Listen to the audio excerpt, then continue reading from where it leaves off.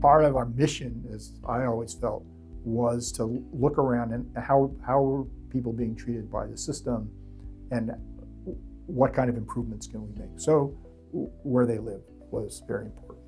Jails are the largest sort of psychiatric centers in the country.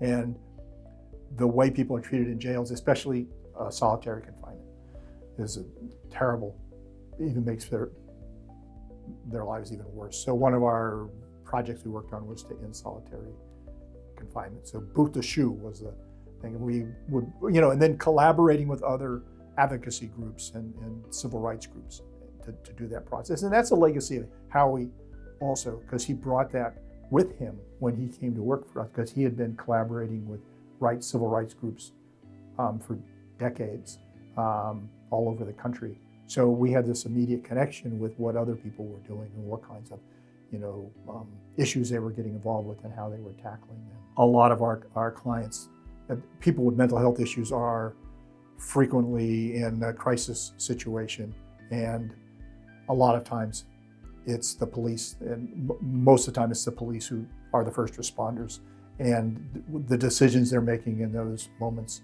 sometimes are very tragic. And so we began working with a bunch of groups.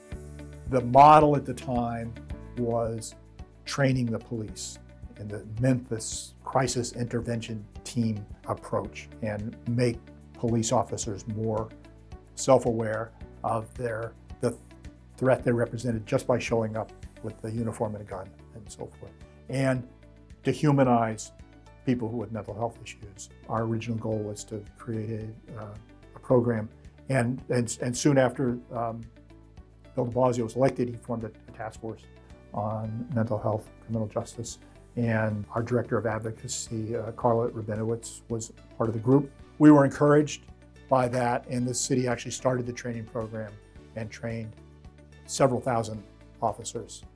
What we discovered, the training didn't change the culture of the police department, and almost 24 people were shot by the police. Late 2018, we heard about this program, Cahoots, in Eugene, Oregon, that had been around for 30 years, where a mental health agency was connected to the 911 system, and mental health calls came in, the mental health agency sent staff to respond. And so we pivoted and changed the name of used the CCIT, but called it Crisis Intervention Today instead of the training program, which still exists, and police should be trained. But even the CIT International, which is sort of the trade group for all of this, has advocated for a non-police presence. It's just the presence of an officer with a weapon is a threat. The city's actually started a program called Be Heard, which is putting teams in select precincts around the city, and it's slowly expanding. And the work we're even doing today in trying to change the way mental health services are even planned. So the director of advocacy now at Community Access and Cal, who's the CEO, are part of a group of people.